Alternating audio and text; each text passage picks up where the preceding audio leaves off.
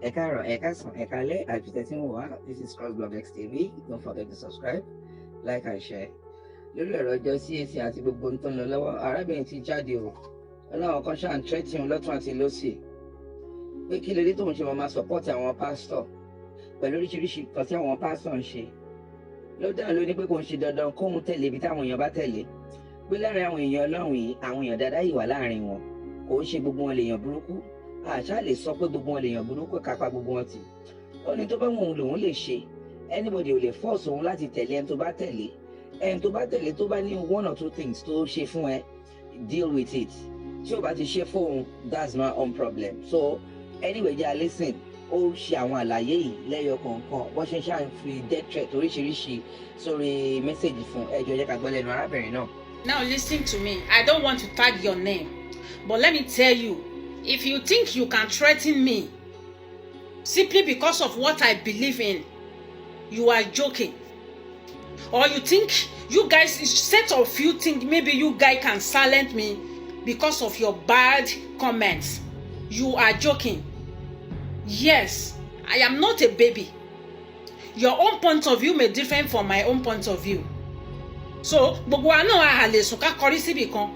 Bẹ́yìn bá kọrí sí ìwọ̀ oòrùn, èmi ó possible kó jẹ́ pé ibi tẹ́mi sùn sí ìlà oòrùn lèmi kọrí mi sí. So, ọpọlọ wa ò lè máa ṣiṣẹ́ bákan náà. If I stand for pastors, yes, I know my own reason. Tẹ́yìn bá dẹ̀ stand against pastor, you know your own reason. But I will never stand against man of God. What I'm seeing is different from what you are seeing. Ojú wòye tèmi ó yàtọ̀ sí ojú wòye tiyín. If you decided to stand against pastor, against prophet, like against pastors or against prophet or prophetess, that is your own point of view, or that is what you choose to do. Must I choose to, like, must I? Ṣé dídán ni kí n tẹ̀lé ẹ? Dídán. So why are you threatening me? If I choose to stand beside pastor, not against pastor. That is my own point of view. That is my own life. Your own life has nothing to do with my own life, because everybody choose the way of life. So you cannot be threatening me with your comment or DM me with a threatening word, threatening comment, threatening whatever it is. I am warning you. You know yourself. You cannot threaten me, and you think I'm afraid of your threatening? Like, really? I am afraid me for a reason. Let me tell you if you don't know. Intemi ri ẹ̀yin ori. Intemi de mo ẹ̀yin ò mọ̀. So, a lè sùn náà ká kọrí kí gbogbo wa kọrí síbì kan. So you guys should stop threatening my life. Because of what? And you think I'm scared? I can even give you my own. If you want my home address, I will give you. My house address, my house number, I will give you. If you want my mother name, I will call it for you to go and try. Tó bá ti ní mú òfo, tó gun ọ̀run ò bá ti ní kọlù yín, a jẹ́ pé kò sí Ọlọ́run mọ́. What you believe is different from my own belief. So you cannot not just threaten me with your comment, or you try to silence me as what? As what? Morari now. Mi ò bá yín wá, yín náà ò bá mi wá. Mi ò bá wọn wá, mi ò ní bá wọn lọ ọ̀tọ̀ọ̀tọ̀ láàrin wa. Your own point of view, ó yàtọ̀ sí ti tèmi. So kò pọn dandan kémi rìn ní direction bí tẹ́yìn bá rìn sí. Yes, everybody have his own life. What is it? If I choose to stand beside pastor, that is my own choice. My own choice, not yours.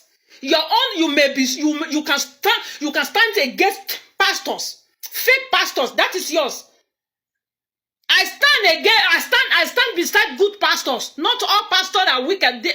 I know that. And I believe that. That is my belief. So you cannot threaten me with my belief, with what I know, what I believe in. Your own belief should be. I don't ṣe babaláwo now. Ọmọ lè máa ṣe babaláwo kí ya máa ṣe Kristẹni. Kò jọra wọn ní kálukú máa lọ ń lọ tiẹ̀ lọ́tọ̀ọ̀tọ̀ ni. Ojú ọ̀run tó ó tẹ̀yẹ fò láì farakanra. So you guys should stop threatening me simply because I stand with pastor. And so shall it be. I cannot go against any man of God that I know that this man is a true man of God, that I know. I am not stand beside all those bad prophets or bad pastors. I will never stand beside them. and I will never encourage them. But I know, I want to stand if I want to solely, I know them. And I see the hand of God in their lives. So do you expect me to join your crowd? Like, who does that? You guys should stop it. If I stand with Olu Alo, that is my choice. If I stand with Epaphras, that is my choice. If I stand with Adeboye, that is my choice. If I like my choice. If I stand with Kumuyi, that is my choice. So everybody have to choose the way of life. That is my way of life. And my way of life, that is my belief. You cannot be threatening me because of what I believe in. You guys should stop it before you continue. What is it?